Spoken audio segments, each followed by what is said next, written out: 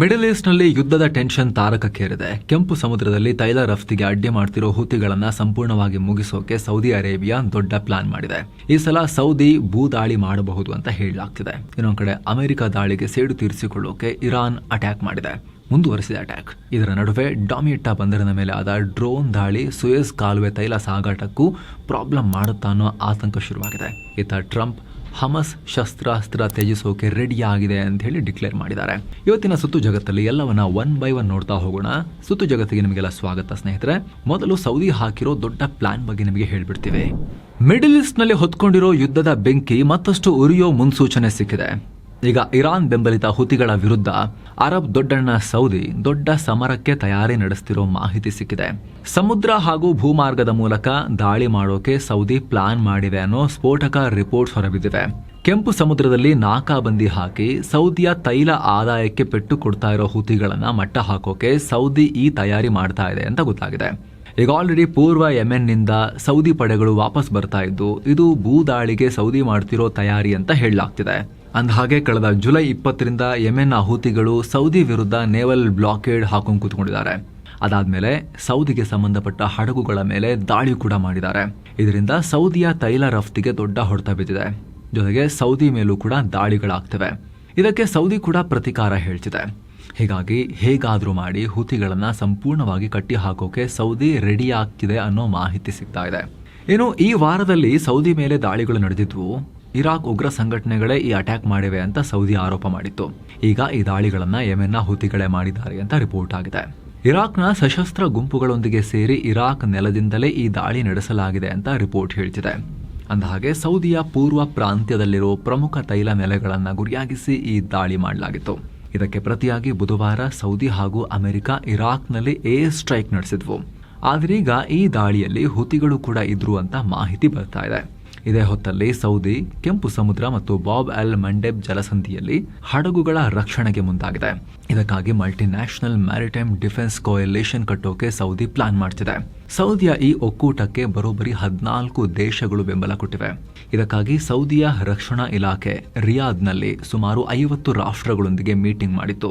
ಈ ಬಗ್ಗೆ ಅಮೆರಿಕದಲ್ಲಿರೋ ಸೌದಿ ರಾಯಭಾರ ಕಚೇರಿ ಎಕ್ಸ್ ಅಕೌಂಟ್ನಲ್ಲಿ ಮಾಹಿತಿ ಕೊಟ್ಟಿದೆ. ಬಾಬ್ ಅಲ್ ಮಂಡೆಬ್ ಜಲಸಂಧಿ, ಕೆಂಪು ಸಮುದ್ರ ಹಾಗೂ ಎಡೆನ್ ಕೊಲ್ಲಿಯಲ್ಲಿ ಭದ್ರತೆ ಬಗ್ಗೆ ಚರ್ಚೆ ನಡೆದಿದೆ. ಟರ್ಕಿ, ಈಜಿಪ್ಟ್, ಪಾಕಿಸ್ತಾನ ಸೇರಿ ಹಲವು ಅರಬ್ ಮತ್ತು ಆಫ್ರಿಕನ್ ರಾಷ್ಟ್ರಗಳು ಸೌದಿಗೆ ಬೆಂಬಲ ಕೊಟ್ಟಿವೆ ಅಂತ ಹೇಳಿದೆ. ಇನ್ನು ಸೌದಿ ಕೆಂಪು ಸಮುದ್ರದಲ್ಲಿ ಹಡಗುಗಳ ರಕ್ಷಣೆಗೆ ಒಕ್ಕೂಟ ರಚನೆಗೆ ಮುಂದಾಗ್ತಿದ್ದ ಹಾಗೆ ತೈಲ ಬೆಲೆಯಲ್ಲಿ 1%ಗಿಂತ ಜಾಸ್ತಿ ಇಳಿಕೆಯಾಗಿದೆ. ಈ ವಿಡಿಯೋ ರೆಕಾರ್ಡ್ ಮಾಡೋ ಟೈಮ್ನಲ್ಲಿ ಪ್ರತಿ ಬ್ಯಾರಲ್ ಬ್ರೆಂಟ್ ಕ್ರೂಡ್ ಆಯಿಲ್ ಬೆಲೆ $87ನ ಆಸುಪಾಸಲ್ಲಿತ್ತು. ಏನು ಅಮೆರಿಕ ದಾಳಿಗಳಿಗೆ ಪ್ರತಿಕಾರ ಅಂತ ಹೇಳಿ ಇರಾನ್ ಗಲ್ಫ್ನಲ್ಲಿರೋ ಅಮೆರಿಕನ್ ನೆಲೆಗಳ ಮೇಲೆ ಮತ್ತೆ ದಾಳಿ ಮಾಡಿದೆ. ಕುವೈತ್ನ ಉತ್ತರ ಭಾಗದಲ್ಲಿರೋ ಚೈನಾ ಕಂಪನಿಯೊಂದರ ಮೇಲೆ ಇರಾನ್ ಅಟ್ಯಾಕ್ ಮಾಡಿದೆ. ಈ ಭೀಕರ ದಾಳಿಯಲ್ಲಿ ಕಂಪನಿಯ ಒಬ್ಬ ಕೆಲಸಗಾರ ಮೃತಪಟ್ಟಿದ್ದಾನೆ. ಜೊತೆಗೆ ಕಟ್ಟಡಕ್ಕೆ ಭಾರಿ ಡ್ಯಾಮೇಜ್ ಆಗಿದೆ ಅಂತ ಕುವೈತ್ ರಕ್ಷಣಾ ಇಲಾಖೆ ಹೇಳಿದೆ. ಅಲ್ಲದೆ ಕುವೈತ್ನ ಅಹಮದ್ ಅಲ್ ಜಾಬರ್ ವಾಯುನೆಲೆ ಮೇಲೂ ಕೂಡ ಇರಾನ್ ಅಟ್ಯಾಕ್ ಮಾಡಿದೆ. ಅಲ್ಲಿರೋ ಅಮೆರಿಕದ ಸ್ಯಾಟಲೈಟ್ ಕಮ್ಯುನಿಕೇಶನ್ ಸಿಸ್ಟಮ್, ಹ್ಯಾಂಗರ್ಸ್ ಮತ್ತು ಎಕ್ವಿಪ್ಮೆಂಟ್ ವೇರ್ ಹೌಸ್ಗಳನ್ನ ಗುರಿಯಾಗಿಸಿ ಡ್ರೋನ್ ದಾಳಿ ಮಾಡಲಾಗಿದೆ. ಇತ್ತೀಚೆಗೆ ಕೇಶಮ್ ದ್ವೀಪದಲ್ಲಿ ಅಮೆರಿಕ ದಾಳಿ ಮಾಡಿತ್ತು. ಇದಕ್ಕೆ ಪ್ರತಿಕಾರವಾಗಿ ಈ ದಾಳಿ ಮಾಡಿದ್ದೀವಿ ಅಂತ ಇರಾನ್ ಸೇನೆ ಹೇಳಿಕೊಂಡಿದೆ. ಇತ್ತ ಬಹ್ರೇನ್ನಲ್ಲೂ ಕೂಡ ಇರಾನ್ ದಾಳಿ ಮಾಡಿದೆ. ಅಮೆರಿಕದ ಶೇಖ್ ಇಜಾ ವಾಯುನೆಲೆಯಲ್ಲಿರೋ ಜನರೇಟರ್ಗಳನ್ನು ಧ್ವಂಸ ಮಾಡಿದೆ. ಕಳೆದ ಫೆಬ್ರವರಿಯಲ್ಲಿ ನಮ್ಮ ಪೈಲಟ್ ಅನ್ನ ಅಮೆರಿಕ ಕೊಂದಿತ್ತು. ಇದಕ್ಕೆ ಸೇಡು ತೀರಿಸಿಕೊಳ್ಳೋಕೆ ಈಗ ಈ ಅಟ್ಯಾಕ್ ಮಾಡಲಾಗಿದೆ. ಅಮೆರಿಕ ಸೇನಾ ನೆಲೆಗಳಿಗೆ ಭಾರಿ ಬಿಗಿ ಭದ್ರತೆ ಇದ್ರೂ ಕೂಡ ಇರಾನ್ ಡ್ರೋನ್ಗಳು ನುಗ್ಗಿ ದಾಳಿ ಮಾಡಿವೆ. ಇದರಿಂದ ಅಮೆರಿಕ ಸೇನೆಗೆ ಭಾರಿ ಡ್ಯಾಮೇಜ್ ಆಗಿದೆ ಅಂತ ಇರಾನ್ ಹೇಳಿಕೊಂಡಿದೆ. ಇತ್ತ ಈಜಿಪ್ಟ್ನ ಡಮಿಯೆಟ್ಟಾ ಬಂದರಿನಲ್ಲಿ ಅಮೆರಿಕದ ಗ್ಯಾಸ್ ಸ್ಟೋರೇಜ್ ಟ್ಯಾಂಕರ್ ಮೇಲೆ ದಾಳಿ ನಡೆದಿರೋ ವಿಚಾರ ಭಾರಿ ಚರ್ಚೆಯಾಗ್ತಾ ಇದೆ. ಈಗ ಇರಾನ್ ಕೂಡ ಈ ದಾಳಿ ವಿಚಾರವಾಗಿ ಪ್ರತಿಕ್ರಿಯೆ ಕೊಟ್ಟಿದೆ. ಈ ದಾಳಿಯನ್ನ ನಾವು ಮಾಡಿಲ್ಲ ಅಂತ ಇರಾನ್ ಫಾರಿನ್ ಮಿನಿಸ್ಟ್ರಿ ಹೇಳಿದೆ. ನಮಗೆ ಅಂತ ಯಾವುದೇ ಉದ್ದೇಶ ಇಲ್ಲ, ಬರ್ತಿರೋ ವರದಿಗಳೆಲ್ಲ ಸುಳ್ಳು ಅಂತ ಹೇಳಿದೆ. ಇತ್ತ ಇರಾನ್ ವಿದೇಶಾಂಗ ಸಚಿವ ಅಬ್ಬಾಸ್ ಅರಾಕ್ಚಿ ಈಜಿಪ್ಟ್ ಭದ್ರತೆ ನಮಗೆ ಬಹಳ ಮುಖ್ಯ, ಸ್ನೇಹಿತ ಹಾಗೂ ಪಾಲುದಾರ ಅಂತ ಹೇಳಿದ್ದಾರೆ. ಇನ್ನೊಂದು ಕಡೆ ಈಜಿಪ್ಟ್ ಬಂದರಿನ ಮೇಲಿನ ಡ್ರೋನ್ ದಾಳಿಗೂ ನಮಗೂ ಸಂಬಂಧನೇ ಇಲ್ಲ ಅಂತ ಹುತಿಗಳು ಹೇಳಿದ್ದಾರೆ. ನಾವು ಈಜಿಪ್ಟ್ ಹಡಗನ್ನ ಟಾರ್ಗೆಟ್ ಮಾಡಿದ್ದೀವಿ ಅನ್ನೋದೆಲ್ಲ ಬರೀ ಸುಳ್ಳು ಸುದ್ದಿ ಅಂತ ಹೇಳಿದ್ದಾರೆ. ಇತ್ತ ಈಜಿಪ್ಟ್ ಅಧ್ಯಕ್ಷ ಅಬ್ದುಲ್ ಫತೆ ಅಲ್ ಸಿಸಿ ಕೂಡ ಮಾತನಾಡಿದ್ದಾರೆ. ಮಿಡಲ್ ಈಸ್ಟ್ ಸಂಘರ್ಷ ಈಗ ಮತ್ತಷ್ಟು ಗಂಭೀರ ಸ್ವರೂಪ ಪಡಿತಾ ಇದೆ ಅಂತ ಹೇಳಿದ್ದಾರೆ. ಈ ಯುದ್ಧ ನಿಲ್ಲಿಸೋಕೆ ಅಂತಾರಾಷ್ಟ್ರೀಯ ಸಮುದಾಯ ಒಟ್ಟಾಗಿ ಕೆಲಸ ಮಾಡಬೇಕು ಅಂತ ಹೇಳಿದ್ದಾರೆ. ಇತ್ತ ಈಜಿಪ್ಟ್ ಕೂಡ ಈ ದಾಳಿಯ ಹಿಂದೆ ಯಾರ್ಯಾರಿದ್ದಾರೆ ಅಂತ ಇನ್ನೂ ಅಧಿಕೃತವಾಗಿಲ್ಲೂ ಹೇಳಿಲ್ಲ. ಆದರೆ ಅಮೆರಿಕದ ನ್ಯೂಯಾರ್ಕ್ ಟೈಮ್ಸ್ ಈ ದಾಳಿಯಲ್ಲಿ ಇರಾನ್ ಕೈವಾಡ ಇದೆ ಅಂತ ಹೇಳಿದೆ. ಇರಾನ್ ಮನಸ್ಸು ಮಾಡಿದ್ರೆ ಜಾಗತಿಕ ಹಡಗು ಸಂಚಾರ ತಡೆಯಬಲ್ಲದು ಅಂತ ತೋರಿಸೋಕೆ ಈ ದಾಳಿ ಮಾಡಲಾಗಿದೆ. ಇಂಧನ ಪೂರೈಕೆ ಅಡ್ಡಿಪಡಿಸೋ ತಾಕತ್ತು ನಮಗಿದೆ ಅಂತ ತೋರಿಸ್ಕೊಳ್ಳೋಕೆ ಇರಾನ್ ಈ ಅಟ್ಯಾಕ್ ಮಾಡಿದೆ ಅಂತ ಇರಾನ್ ಮೂಲಗಳನ್ನ ಉಲ್ಲೇಖಿಸಿ ನ್ಯೂಯಾರ್ಕ್ ಟೈಮ್ಸ್ ರಿಪೋರ್ಟ್ ಮಾಡಿದೆ. ಇತ್ತ ಈಜಿಪ್ಟ್ನ ಬಂದರಿನಲ್ಲಿ ನಡೆದ ಡ್ರೋನ್ ದಾಳಿಯಿಂದ ಜಗತ್ತಿನ ತೈಲ ಪೂರೈಕೆಗೂ ಭಾರಿ ಹೊಡೆತ ಬೀಳುವ ಆತಂಕ ಶುರುವಾಗಿದೆ. ಯಾಕಂದ್ರೆ ಸದ್ಯ ಹಾರ್ಮುಜ್ನಲ್ಲಿ ಇರಾನ್ನಿಂದ ಬಾಬಲ್ ಮಂಡಬ್ನಲ್ಲಿ ಇರಾನ್ನ ಶಿಷ್ಯರಾಗಿರೋ ಹುತಿಗಳಿಂದ ತೈಲ ಪೂರೈಕೆಗೆ ಪ್ರಾಬ್ಲಮ್ ಆಗ್ತಾ ಇದೆ. ಮುಖ್ಯವಾಗಿ ಇದರಿಂದ ಅರಬ್ನ ತೈಲ ದೊಡ್ಡಣ್ಣ ಸೌದಿಗೆ ದೊಡ್ಡ ಪೆಟ್ಟು ಬೀಳ್ತಿದೆ. ಹೀಗಾಗಿ ಜಲಸಂಧಿಯನ್ನ ಬೈಪಾಸ್ ಮಾಡಿ ಸೌದಿ ಸೋಯೆಜ್ ಕಾಲುವೆ ಮಾರ್ಗದಲ್ಲಿ ತೈಲ ರಫ್ತು ಮಾಡ್ತಾ ಇತ್ತು. ಅಂದರೆ ತನ್ನ ಪೂರ್ವ ಭಾಗದ ತೈಲ ಬಾವಿಗಳಿಂದ ಪೈಪ್ ಲೈನ್ ಮೂಲಕ ಪಶ್ಚಿಮದ ಕರಾವಳಿಗೆ ತಂದು ಕೆಂಪು ಸಮುದ್ರದ ದಡದಲ್ಲಿರೋ ಯಾನ್ಬು ಬಂದರಿನಿಂದ ಹಡಗುಗಳಿಗೆ ಲೋಡ್ ಮಾಡಿ ಅಲ್ಲಿಂದ ಮೇಲಕ್ಕೆ ಕೆಂಪು ಸಮುದ್ರದಲ್ಲಿ ಸೌತ್ಗೆ ಹೋಗೋ ಬದಲು ಮೇಲಕ್ಕೆ ಉತ್ತರಕ್ಕೆ ಹೋಗಿ ಈಜಿಪ್ಟ್ನ ಸೋಯೆಜ್ ಕಾಲುವೆಗೆ ತಲುಪ್ತಾ ಇದ್ವು. ಸೋಯೆಜ್ ಕಾಲುವೆ ಹಾಗೂ ಸುಮೇಡ್ ಪೈಪ್ಲೈನ್ ದಾಟಿ ಮೆಡಿಟರೇನಿಯನ್ ಸಮುದ್ರ ಸೇರ್ತಾ ಇದ್ವು. ಹೀಗೆ ಮೆಡಿಟರೇನಿಯನ್ ತಲುಪಿದ ಮೇಲೆ ಅಲ್ಲಿಂದ ಇಡೀ ಆಫ್ರಿಕಾ ಖಂಡವನ್ನು ಸುತ್ತಕೊಂಡು ಏಷ್ಯಾಗೆ ತೈಲ ಬರ್ತಾ ಇತ್ತು. ನಿಜ ಸ್ವಲ್ಪ ಸಾವಿರಾರು ಕಿಲೋಮೀಟರ್ ಎಕ್ಸ್ಟ್ರಾ ಆಗುತ್ತೆ, ಆದರೂ ಕೂಡ ತೈಲ ಹೋಗಬೇಕು ಅಂದರೆ ಬೇರೆ ದಾರಿ ಇರಲಿಲ್ಲ.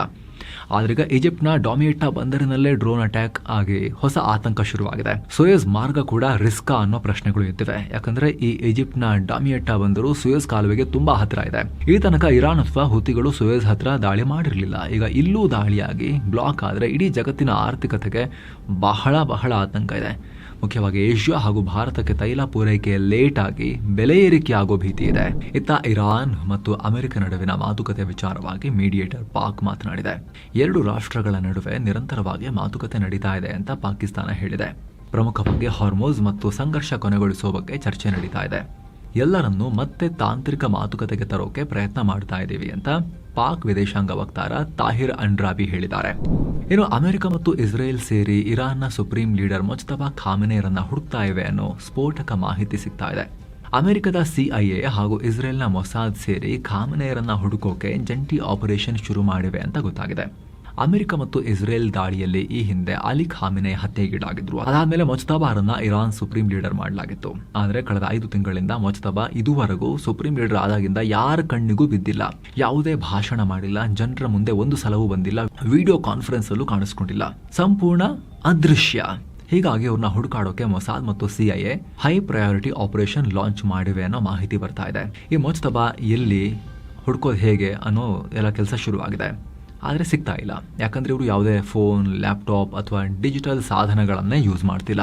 ಬರೀ ಕೈ ಬರಹದ ಮೂಲಕವೇ ಮೆಸೇಜ್ ಕಳಿಸ್ತಾ ಇದ್ದಾರೆ. ಹೀಗಾಗಿ ಇವರ ಲೊಕೇಶನ್ ಟ್ರ್ಯಾಕ್ ಮಾಡೋದು ಸಿಐಎ ಮತ್ತು ಮೊಸಾದ್ಗೂ ಭಾರಿ ಕಷ್ಟ ಆಗ್ತಿದೆ.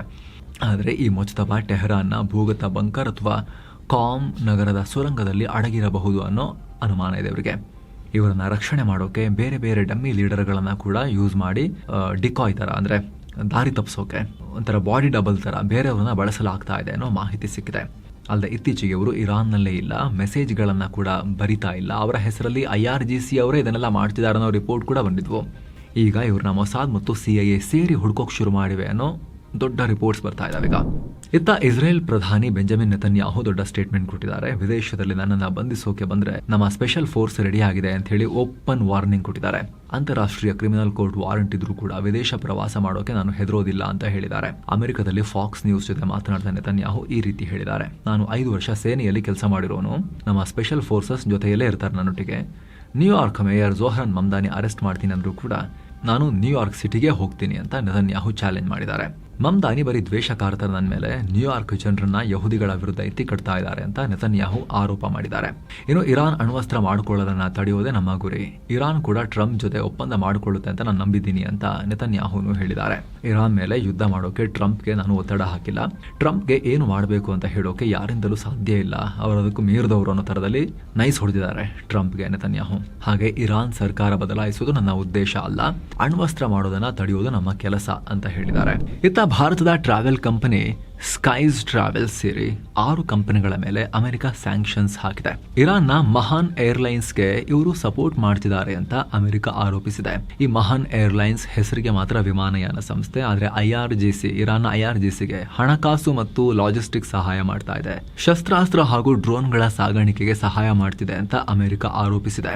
ಭಾರತೀಯ ಕಂಪನಿಯೊಂದಿಗೆ ಚೀನಾದ ಶಾಂಘೈ ವಿಂಗ್ಸ್ ಈ ಕಂಪನಿಯ MD ಹಾಗೂ ಶಾಂಘೈ ಎಲಿಟ್ ಕಂಪನಿ ಮೇಲೂ ಕೂಡ ಬ್ಯಾನ್ ಹಾಕಿದೆ. ಹಾಗೆ ರಷ್ಯಾದ ಏರ್ ಕಾರ್ಗೋ ವಿಪ್ರೋ ಮತ್ತು ಇರಾನ್ ಮೂಲದ ಸ್ಟಾರ್ಟ್ಅಪ್ ಕಂಪನಿ ಡ್ಯಾಡೆ ನಗರ್ ಮೇಲೂ ಕೂಡ ಅಮೆರಿಕ ನಿರ್ಬಂಧ ಹಾಕಿದೆ. ಏನೋ ದಕ್ಷಿಣ ಲೆಬನಾನ್ ನಲ್ಲಿರೋ ಹಿಜ್ಬುಲ್ಲಾದ ಅತಿದೊಡ್ಡ ಟನಲ್ ನೆಟ್ವರ್ಕ್ ಅನ್ನ ಇಸ್ರೇಲ್ ಸೇನೆ ಧ್ವಂಸ ಮಾಡಿರೋದಾಗಿ ಘೋಷಣೆ ಮಾಡಿದೆ. ಬರೋಬ್ಬರಿ 700 ಟನ್ ಸ್ಫೋಟಕಗಳನ್ನ ಸುರಿದು ಟನಲ್ಗಳನ್ನ ಇಸ್ರೇಲ್ ನಾಶ ಮಾಡಿದೆ. ಈ ಕಾರ್ಯಾಚರಣೆ ಬಗ್ಗೆ ಇಸ್ರೇಲ್ ಪ್ರಧಾನಿ ಬೆಂಜಮಿನ್ ನೆತನ್ಯಾಹು ಮತ್ತು ರಕ್ಷಣಾ ಸಚಿವ ಇಸ್ರೇಲ್ ಕಾರ್ಡ್ಸ್ ಕನ್ಫರ್ಮ್ ಮಾಡಿದ್ದಾರೆ. ಇಸ್ರೇಲ್ ಸೇನೆ ಪ್ರಕಾರ ಈ ಟನಲ್ ಇಸ್ರೇಲ್ ಗಡಿಯಿಂದ ಸುಮಾರು 6 ಕಿಲೋಮೀಟರ್ ದೂರದಲ್ಲಿದೆ. ಹಿಜ್ಬುಲ್ಲಾಗಳು ಇದನ್ನ ಪರ್ವತ ಪ್ರದೇಶಗಳ ಒಳಗೆ ನಿರ್ಮಾಣ ಮಾಡಿದ್ರು. ಇದು ಹಿಜ್ಬುಲ್ಲಾಗಳ ಪಾಲಿಗೆ ಸ್ಟ್ರಾಟಜಿಕ್ ಮಿಲಿಟರಿ ಫೆಸಿಲಿಟಿ ಆಗಿತ್ತು. ಪ್ರಮುಖವಾಗಿ ಹಿಜ್ಬುಲ್ಲಾದ ಬದರ್ ಯೂನಿಟ್ನ ಪ್ರಧಾನ ಕಚೇರಿಯಾಗಿತ್ತು. ಅಲ್ಲದೆ ಇಸ್ರೇಲ್ ವಿರುದ್ಧ ದಾಳಿ ಮಾಡೋಕೆ ಇದೇ ಫೆಸಿಲಿಟಿಯಲ್ಲಿ ಹಿಜ್ಬುಲ್ಲಾಗಳು ಪ್ಲಾನ್ ಮಾಡ್ತಾ ಇದ್ವು. ಈ ಟನಲ್ಗಳ ಒಳಗೆ ಅನೇಕ ಅಂಡರ್ ಗ್ರೌಂಡ್ ಚೇಂಬರ್ಗಳಿದ್ವು. ಶಸ್ತ್ರಾಸ್ತ್ರಗಳನ್ನ ಸ್ಟೋರ್ ಮಾಡೋ ಏರಿಯಾ, ಕಮ್ಯುನಿಕೇಶನ್ ಫೆಸಿಲಿಟಿ ಮತ್ತು ಹಿಜ್ಬುಲ್ಲಾ ಫೈಟರ್ಸ್ಗೆ ಕ್ವಾರ್ಟರ್ಸ್ ಕೂಡ ಇದ್ವು. ಆದರೆ ಇದನ್ನೇ ಈಗ ಇಸ್ರೇಲ್ ಸೇನೆ ಇಲ್ಲ ಮಾಡಿದೆ. ಏನೋ ಗಾಜಾ ವಿಚಾರವಾಗಿ ಅಮೆರಿಕ ಅಧ್ಯಕ್ಷ ಡೊನಾಲ್ಡ್ ಟ್ರಂಪ್ ಮಹತ್ವದ ಘೋಷಣೆ ಮಾಡಿದ್ದಾರೆ. ಹಮಸ್ ಮತ್ತು ಗಾಜಾದಲ್ಲಿರೋ ಎಲ್ಲ ಸಶಸ್ತ್ರ ಗುಂಪುಗಳು ಸಂಪೂರ್ಣ ಶಸ್ತ್ರ ತ್ಯಾಗ ಮಾಡೋಕೆ ಒಪ್ಪಿದ್ದಾರೆ. ಈ ಸಂಬಂಧ ಒಪ್ಪಂದ ಆಗಿದೆ ಅಂತ ಟ್ರಂಪ್ ಹೇಳಿದ್ದಾರೆ. ಇದು ಗಾಜಾದಲ್ಲಿ ಹೊಸ ಪ್ಯಾಲೆಸ್ತೇನ್ ಸರ್ಕಾರ ಶುರು ಮಾಡೋಕೆ ತಗೊಂಡಿರೋ ಪ್ರಮುಖವಾಗಿರೋ ಸ್ಟೆಪ್. ಈ ಸರ್ಕಾರ ಬೋರ್ಡ್ ಆಫ್ ಪೀಸ್ ಜೊತೆ ಹತ್ತಿರದಿಂದ ಕೆಲಸ ಮಾಡುತ್ತೆ, ಪ್ಯಾಲೆಸ್ತೇನ್ ಜನರಿಗೆ ಸಹಾಯ ಮಾಡುತ್ತೆ. ಇದರೊಂದಿಗೆ ಇಸ್ರೇಲ್ಗೆ ಬೇಕಾಗಿದ್ದ ಭದ್ರತೆ ಕೂಡ ಸಿಗುತ್ತೆ. ಇನ್ಮೇಲೆ ಉಗ್ರ ದಾಳಿ ನಡೆಸೋಕೆ ಗಾಜಾವನ್ನ ಬೇಸಾಗಿ ಬಳಸೋಕೆ ಆಗಲ್ಲ ಅಂತ ಟ್ರಂಪ್ ಪೋಸ್ಟ್ ಹಾಕಿದ್ದಾರೆ. ಅಲ್ಲದೆ ಒಮ್ಮೆ ಹಮಸ್ ಶಸ್ತ್ರ ತ್ಯಾಗ ಮಾಡಿದ್ಮೇಲೆ ಇಸ್ರೇಲ್ ಸೇನೆ ಗಾಜಾದಿಂದ ಸಂಪೂರ್ಣವಾಗಿ ವಾಪಸ್ ಬರುತ್ತೆ. ನಂತರ ಗಾಜಾ ಜನರ ರಕ್ಷಣೆಗೆ ಇಂಟರ್ನ್ಯಾಷನಲ್ ಸ್ಟೆಬಿಲೈಸೇಷನ್ ಫೋರ್ಸ್, ಹೊಸ ಪ್ಯಾಲೆಸ್ತೇನ್ ಪೊಲೀಸ್ ಫೋರ್ಸ್ ಜೊತೆಗೆ ಕೆಲಸ ಮಾಡುತ್ತೆ ಅಂತ ಟ್ರಂಪ್ ಹೇಳಿದ್ದಾರೆ. ಅಂದಹಾಗೆ hummus, Gaza board of piece ಪ್ರತಿನಿಧಿಗಳು ಮತ್ತು ಇದರಲ್ಲಿ ಮಧ್ಯಸ್ಥಿಕೆ ವಹಿಸ್ತಿರೋ ಮಿಡಲ್ ಈಸ್ಟ್ನ ಈಜಿಪ್ಟ್, ಕತರ್ ಮತ್ತು ಟರ್ಕಿ ನೆಗೋಸಿಯೇಟರ್ಸ್ ನಡುವೆ ಒಪ್ಪಂದ ಆಗಿದೆ. ಗುರುವಾರ ಇದಕ್ಕೆ ಸೈನ್ ಹಾಕಲಾಗಿತ್ತು. ಅಲ್ಲದೆ ಮುಂದಿನ 14 ದಿನಗಳ ಒಳಗೆ ಈ ಬಗ್ಗೆ ಡೀಟೇಲ್ ಪ್ಲಾನ್ ರೆಡಿ ಮಾಡೋಕೆ ಟೈಮ್ ಕೊಡಲಾಗಿದೆ ಅಂತ ಅಲ್ ಜಜೀರಾ ರಿಪೋರ್ಟ್ ಮಾಡಿದೆ. ಈ ಬೋರ್ಡ್ ಆಫ್ ಪೀಸ್ ಪ್ರಪೋಸಲ್ ಪ್ರಕಾರ ಶಸ್ತ್ರ ತ್ಯಾಗ ಹಂತ ಹಂತವಾಗಿ ನಡೆಯುತ್ತೆ. ಮೊದಲು ಹಮಸ್ ತನ್ನ ಪೊಲೀಸ್ ಫೋರ್ಸ್ ಹತ್ರ ಇರೋ ಶಸ್ತ್ರಾಸ್ತ್ರಗಳನ್ನ ಹಸ್ತಾಂತರ ಮಾಡುತ್ತೆ. ನಂತರ ಹಮಸ್ ತನ್ನ ಭಾರಿ ಶಸ್ತ್ರಾಸ್ತ್ರಗಳನ್ನ ಕೂಡ ಸರೆಂಡರ್ ಮಾಡುತ್ತೆ. ರಾಕೆಟ್ ಮಿಸೈಲ್ಸ್, ಆಂಟಿ ಟ್ಯಾಂಕ್ ವೆಪನ್ಗಳನ್ನ ಕೂಡ ಡ್ರಾಪ್ ಮಾಡುತ್ತೆ. ಕಡೆದಾಗಿ ಹಮಸ್ಗಳ ಟನಲ್ ನೆಟ್ವರ್ಕ್, ಮಿಲಿಟರಿ ಇನ್ಫ್ರಾಗಳನ್ನು ಕೂಡ ನಾಶ ಮಾಡಲಾಗುತ್ತೆ. ಇದೆಲ್ಲ ಮುಗಿಯೋಕೆ ಸುಮಾರು 200ರಿಂದ 350 ದಿನಗಳು ಬೇಕು, ಆಲ್ಮೋಸ್ಟ್ 1 ವರ್ಷನೇ ಬೇಕು ಅಂತ ರಿಪೋರ್ಟ್ ಆಗಿದೆ. ಏನೋ ಇಸ್ರೇಲ್ ಮಿಲಿಟರಿಯಲ್ಲಿ ದೊಡ್ಡ ಹೈಡ್ರಾಮಾ ಆಗಿದೆ. ಗಿವಾಟಿ ಬ್ರಿಗೇಡ್ನ ಸಾಬರ್ ಬೆಟಾಲಿಯನ್ಗೆ ಸೇರಿದ ಸುಮಾರು 100 ಸೈನಿಕರು ತಮ್ಮ ಕಮಾಂಡರ್ಗಳೊಂದಿಗೆ ಜಗಳ ಮಾಡಿಕೊಂಡು ಆರ್ಮಿ ಬೇಸ್ ಬಿಟ್ಟು ಹೊರನಡೆದಿದ್ದಾರೆ. ದಕ್ಷಿಣ ಇಸ್ರೇಲ್ನ ನೆಗೆವ್ ಮರುಭೂಮಿಯಲ್ಲಿರೋ ಜ್ಡೆ ಟೀಮನ್ ಮಿಲಿಟರಿ ಬೇಸ್ನಲ್ಲಿ ಈ ಘಟನೆಯಾಗಿದೆ. ಕಮಾಂಡರ್ ಒಬ್ಬರು ಸೈನಿಕರು ಹಾಕಿದ್ದ ಹಳೆಯ ಬೋರ್ಡ್ಗಳು ಮತ್ತು ಅಲಂಕಾರಿಕ ಚಿಹ್ನೆಗಳನ್ನು ಒಡೆದು ಹಾಕಿದ್ದೇ ಈ ಗಲಾಟೆಗೆ ಕಾರಣ ಆಗಿತ್ತು. ಇದರಲ್ಲಿ ಕಿಂಗ್ಡಮ್ ಆಫ್ ಡೆವಿಲ್ಸ್ ಅಂತ ಬರೆದಿದ್ದ ಬೋರ್ಡ್ ಕೂಡ ಇತ್ತು.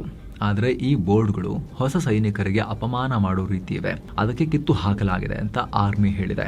ಆದರೆ ಸೈನಿಕರು ಇದನ್ನು ಒಪ್ಪೋಕೆ ರೆಡಿ ಇಲ್ಲ.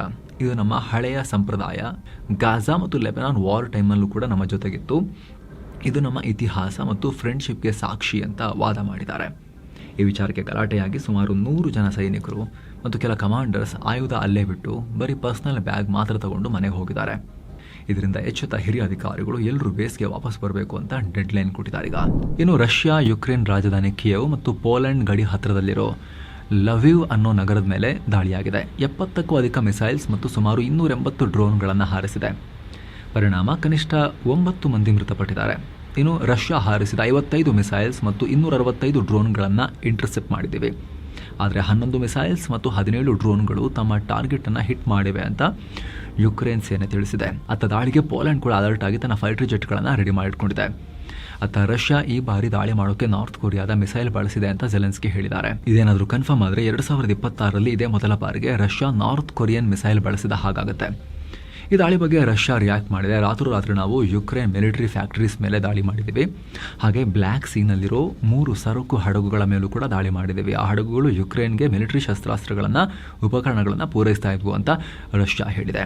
ಈ ಕಡೆ ಯುಕ್ರೇನ್ ಕೂಡ ರಷ್ಯಾ ದಾಳಿಗೆ ಪ್ರತಿಕಾರ ಹೇಳಿದೆ. ರಷ್ಯಾದ ವೈಲ್ಡ್ ಬೆರೀಸ್ ಆನ್ಲೈನ್ ಪ್ಲಾಟ್ಫಾರ್ಮ್ಗೆ ಸೇರಿದ 2 ವೇರ್ ಹೌಸ್ ಮೇಲೂ ಕೂಡ ಡ್ರೋನ್ ದಾಳಿ ಮಾಡಿದೆ. ಇದರಲ್ಲಿ ಓರ್ವ ವ್ಯಕ್ತಿಗೆ ಗಾಯ ಆಗಿದ್ದು 200 ಜನರನ್ನು ಸ್ಥಳಾಂತರ ಮಾಡಲಾಗಿದೆ. ಇನ್ನೊಂದು ಕಡೆ ರಷ್ಯಾದ ನೋವಾಸಿಸ್ಕ್ ಬಂದರಿನ ಹತ್ತಿರ ಇದ್ದ 2 ಹಡಗುಗಳ ಮೇಲೆ ಯುಕ್ರೇನ್ ಡ್ರೋನ್ ದಾಳಿ ಮಾಡಿ ಡ್ಯಾಮೇಜ್ ಮಾಡಿತ್ತು. ಇದರ ಬೆನ್ನಲ್ಲೇ ಕಪ್ಪು ಸಮುದ್ರದಲ್ಲಿರೋ ಕಜಕಿಸ್ತಾನ ಪ್ರಮುಖ ಆಯಿಲ್ ಎಕ್ಸ್ಪೋರ್ಟ್ ಟರ್ಮಿನಲ್ ಅನ್ನು ಶಟ್ ಡೌನ್ ಮಾಡಲಾಗಿದೆ. ಇದು ರಷ್ಯಾದ ನೋವಾಸಿಸ್ಕ್ ಸಮೀಪದಲ್ಲಿರೋ ಕಾರಣ ರಿಸ್ಕಿ ಅಂತ ಕಜಕಿಸ್ತಾನ್ ಈ ನಿರ್ಧಾರ ಮಾಡಿದೆ. ಈ ನಡುವೆ ಯುರೋಪಿಯನ್ ಯೂನಿಯನ್ ಯುಕ್ರೇನ್ಗೆ 3.47 ಬಿಲಿಯನ್ ಯೂರೋ ಅಂದರೆ 38,000 ಕೋಟಿ ರೂಪಾಯಿ ಸಾಲ ಕೊಟ್ಟಿದೆ. Drone, missile, air defence system ಮತ್ತು ಫೈಟರ್ ಜೆಟ್ ಖರೀದಿಗೆ ಈ ಫಂಡಿಂಗ್ ಮಾಡಿದೆ. ಇನ್ನು ಆಫ್ರಿಕಾ ಖಂಡದಲ್ಲಿರೋ ಸ್ಪೇನ್ನ ಸ್ವಾಯತ್ತ ಪ್ರದೇಶ ಸೆಯೂಟಾಗೆ ಸಾವಿರಾರು ವಲಸಿಗರು ನುಗ್ಗಿಬಿಟ್ಟಿದ್ದಾರೆ. ಮೊರಾಕೋದಿಂದ ಈ ವಲಸಿಗರು ಗಡಿ ದಾಟಿ ಸ್ಪೇನ್ನ ಈ ಜಾಗಕ್ಕೆ ತಲುಪಿದ್ದಾರೆ. ಕೆಲವರು ಸಮುದ್ರದಲ್ಲಿ ಈಜ್ಕೊಂಡು ಬಂದು ಸ್ಪೇನ್ ಸೇರಿದ್ರೆ, ಇನ್ನು ಕೆಲವರು ಫೆನ್ಸಿಂಗ್ ಎಲ್ಲ ದಾಟಿ ಲ್ಯಾಂಡ್ ಬಾರ್ಡರ್ ಮೂಲಕವೇ ಸ್ಪೇನ್ನ ಕಂಟ್ರೋಲ್ನಲ್ಲಿರೋ ಈ ಜಾಗಕ್ಕೆ ಹೋಗಿದ್ದಾರೆ. ಒಂದೇ ಸಲ ಸಾವಿರಾರು ಜನ ಬಂದಿದ್ರಿಂದ ಗಡಿ ಭದ್ರತಾ ಸಿಬ್ಬಂದಿಗೂ ಅವ್ರನ್ನ ತಡೆಯೋಕ್ಕಾಗಿಲ್ಲ. ಕನಿಷ್ಠ 9 ಮಂದಿ ಪ್ರಾಣ ಕಳ್ಕೊಂಡಿದ್ದಾರೆ ಈ ಘರ್ಷಣೆಯಲ್ಲಿ.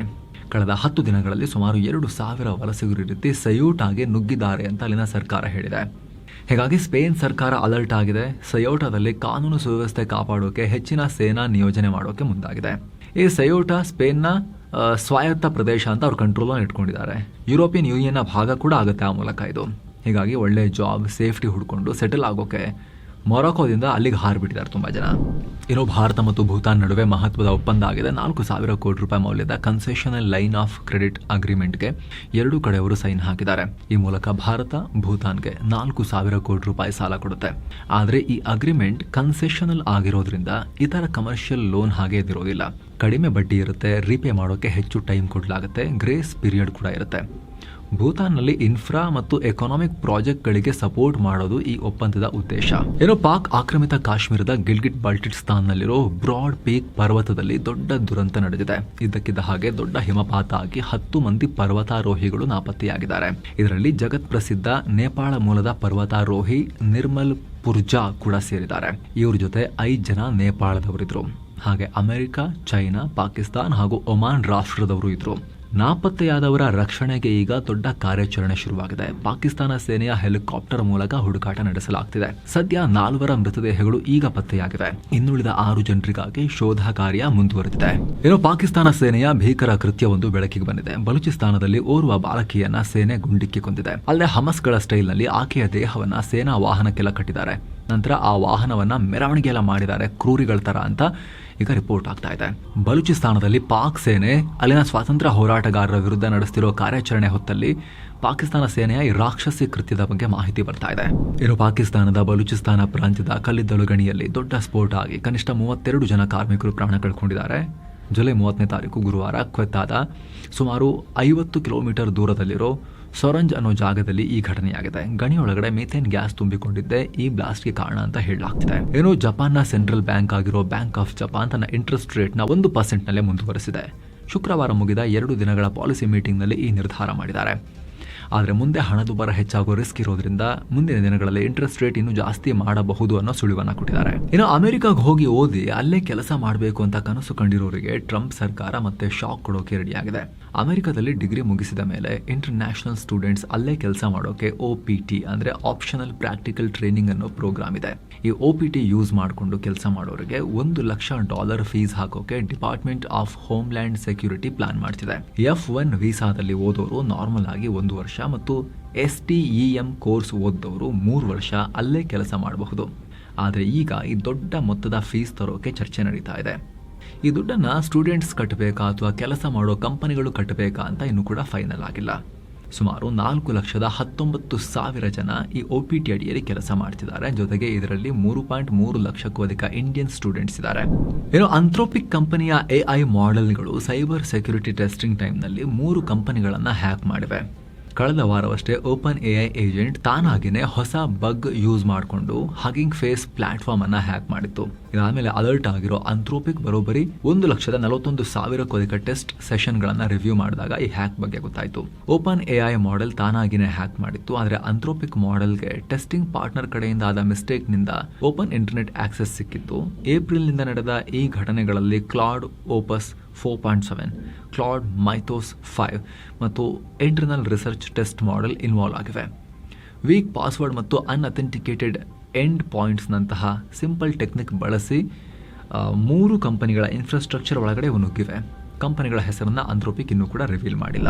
ಇನ್ನು ಸ್ಕಾಟ್ಲೆಂಡ್ನ ಗ್ಲಾಸ್ಗೋದಲ್ಲಿ ನಡೀತಾ ಇರೋ ಕಾಮನ್ವೆಲ್ತ್ ಗೇಮ್ಸ್ ನಲ್ಲಿ ಭಾರತದ ಸಾಧನೆ ಮುಂದುವರೆದಿದೆ. ಈಗ ಭಾರತದ ಅಥ್ಲೀಟ್ ಲವ್ಪ್ರೀತ್ ಸಿಂಗ್ ವೇಟ್ ಲಿಫ್ಟಿಂಗ್ ನಲ್ಲಿ ಬೆಳ್ಳಿಯನ್ನು ಗೆದ್ದಿದ್ದಾರೆ. ಪುರುಷರ 110 kg ಪ್ಲಸ್ ವಿಭಾಗದಲ್ಲಿ ಈ ಸಾಧನೆಯನ್ನ ಮಾಡಿದ್ದಾರೆ. 388 kg ಒಟ್ಟು ಭಾರವನ್ನು ಎತ್ತಿದ್ರು, ಆದರೆ 1 kgಯಿಂದ ಚಿನ್ನ ಮಿಸ್ ಆಯಿತು. ನ್ಯೂಜಿಲೆಂಡ್ನ ಡೇವಿಡ್ ಆಂಡ್ರೂ ಲಿಟಿ 389 kg, 1 kg ಜಾಸ್ತಿ ಇತ್ತು, ಚಿನ್ನವನ್ನು ಗೆದ್ದುಕೊಂಡ್ರು.